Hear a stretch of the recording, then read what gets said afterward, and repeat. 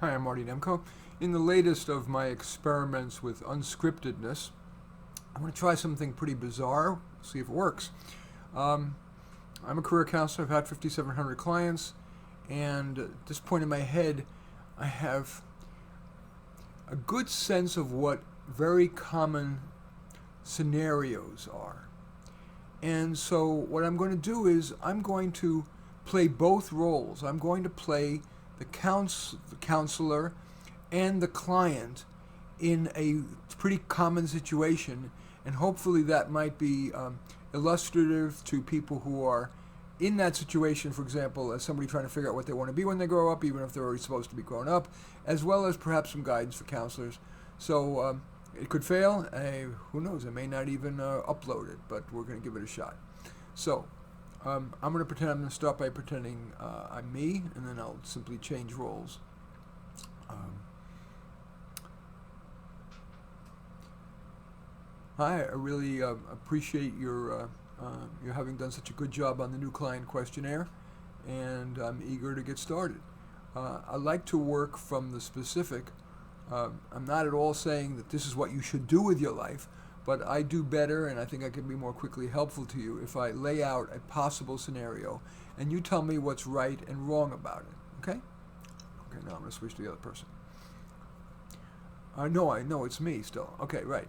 So I'm going to say, it sounds like um, you would like to be able to get a job in your current field, in marketing, but the world is telling you they're not that interested.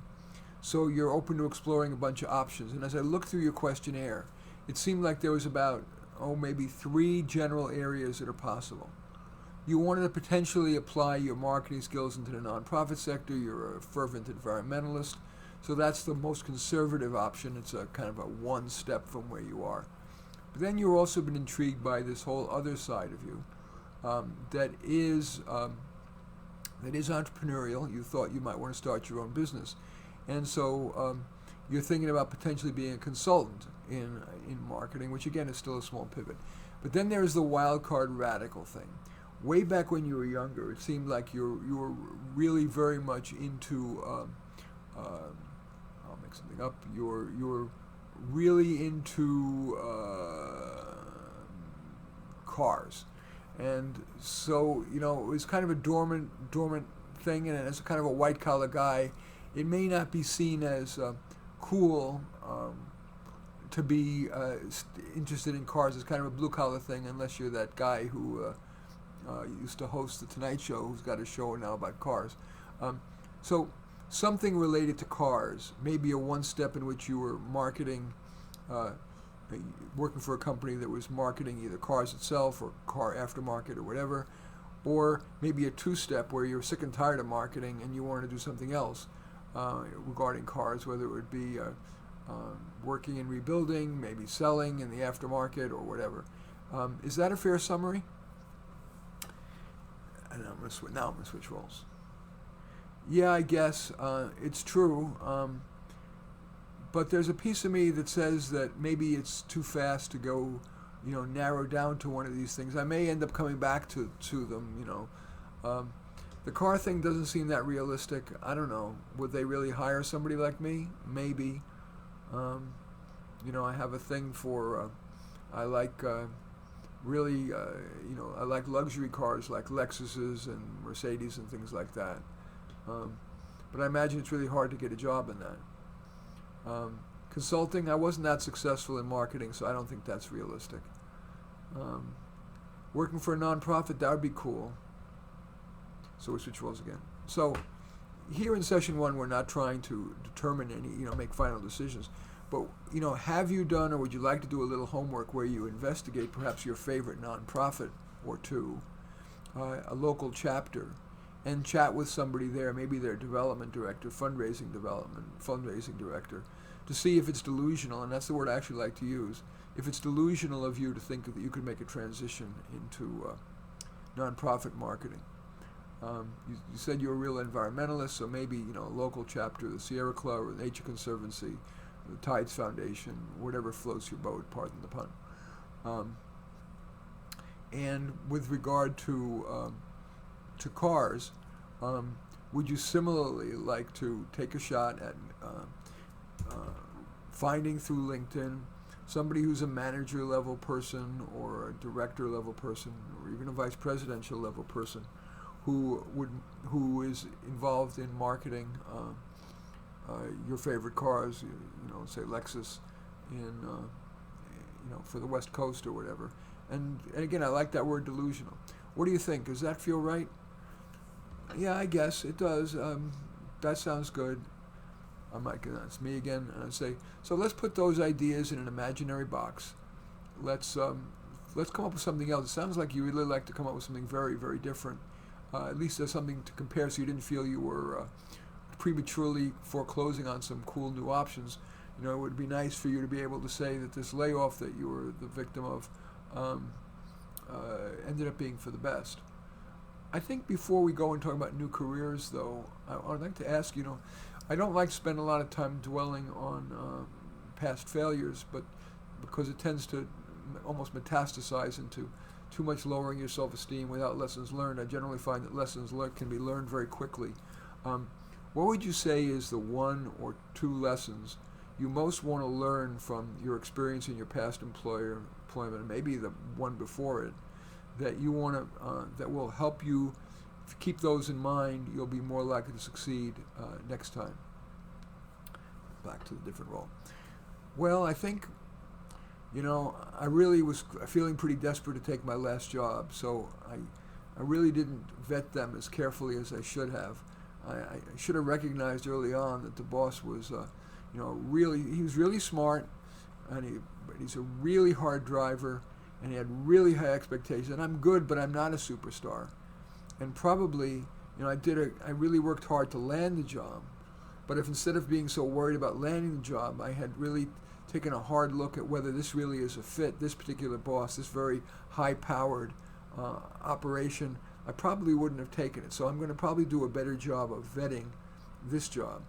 Also, I do tend to be a procrastinator, and that got me in trouble, especially in this high-powered environment.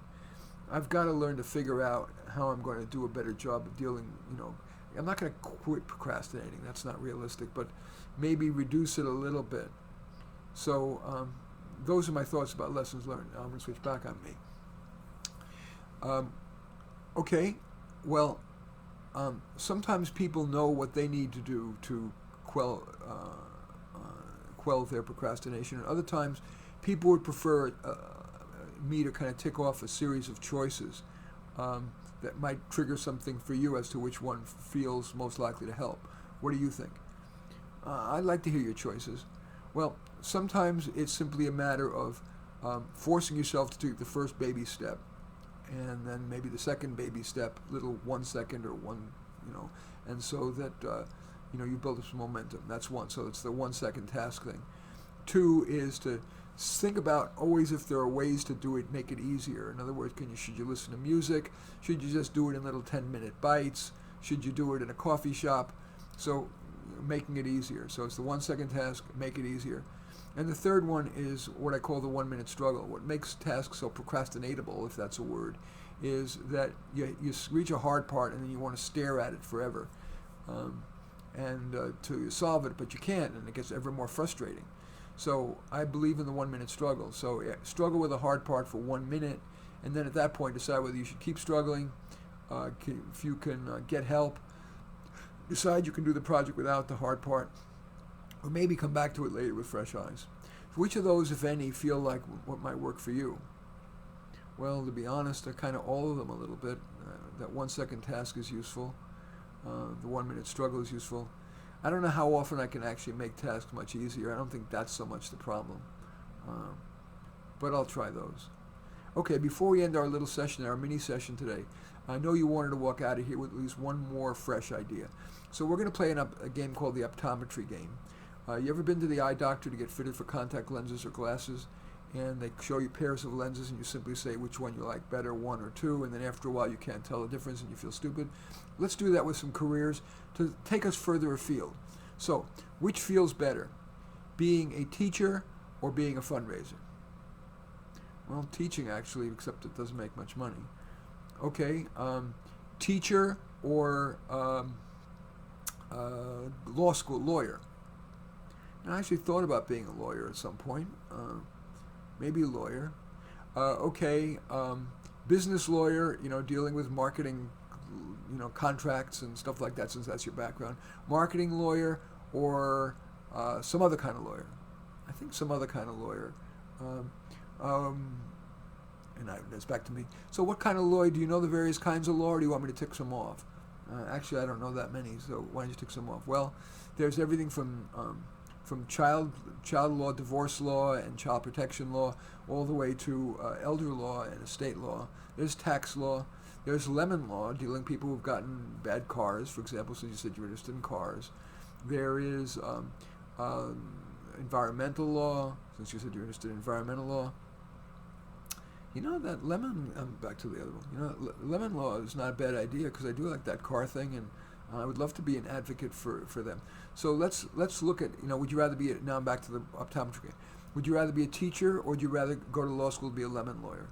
I don't know. I'm already 35 years old. I'm not sure I want to go back to law school. That seems like a lot. It's a lot of money and a lot of time. Back to me. How do you feel about being a paralegal who's worked for a law firm that specialized in lemon law? I don't know. It's a possibility. Well, we're kind of out of time for today. So do you want to add that to your homework assignment? Maybe find, do some Googling, find law firms that specialize in lemon law, and maybe contact a paralegal who works there. Paralegals are easier to access than lawyers. So there's some stuff to think about regarding the procrastination. Right? Let's see if you can summarize what you want to remember from today's session. So there is, first, in terms of the career, you want to meditate on whether you really would be happier doing marketing in a nonprofit, like an environmental nonprofit, or you want to make a more radical change.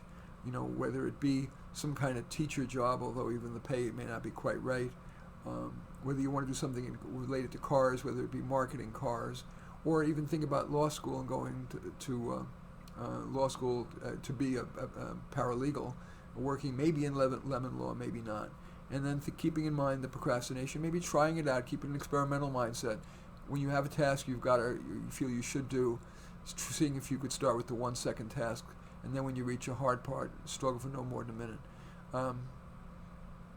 How's that summary? Does that feel good? Seems great.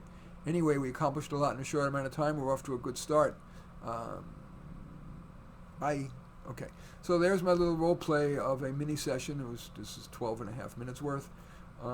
Hopefully there may be some lessons there for you, whether you are a counselor type or you are a career seeker.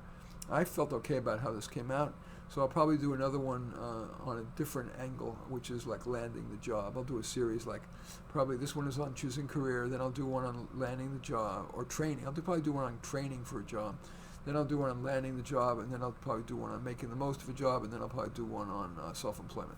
Anyway, I always thank you for watching. I'm Marty Nemko. Feel free to give this a thumbs up or a thumbs down. Comment, because this is a brand new thing for me that I'm doing. Your feedback, positive, negative suggestions are all good. And hit the share button if you're so inclined. Subscribe to my channel. In any event, I do thank you for watching. I'm Marty Nemko.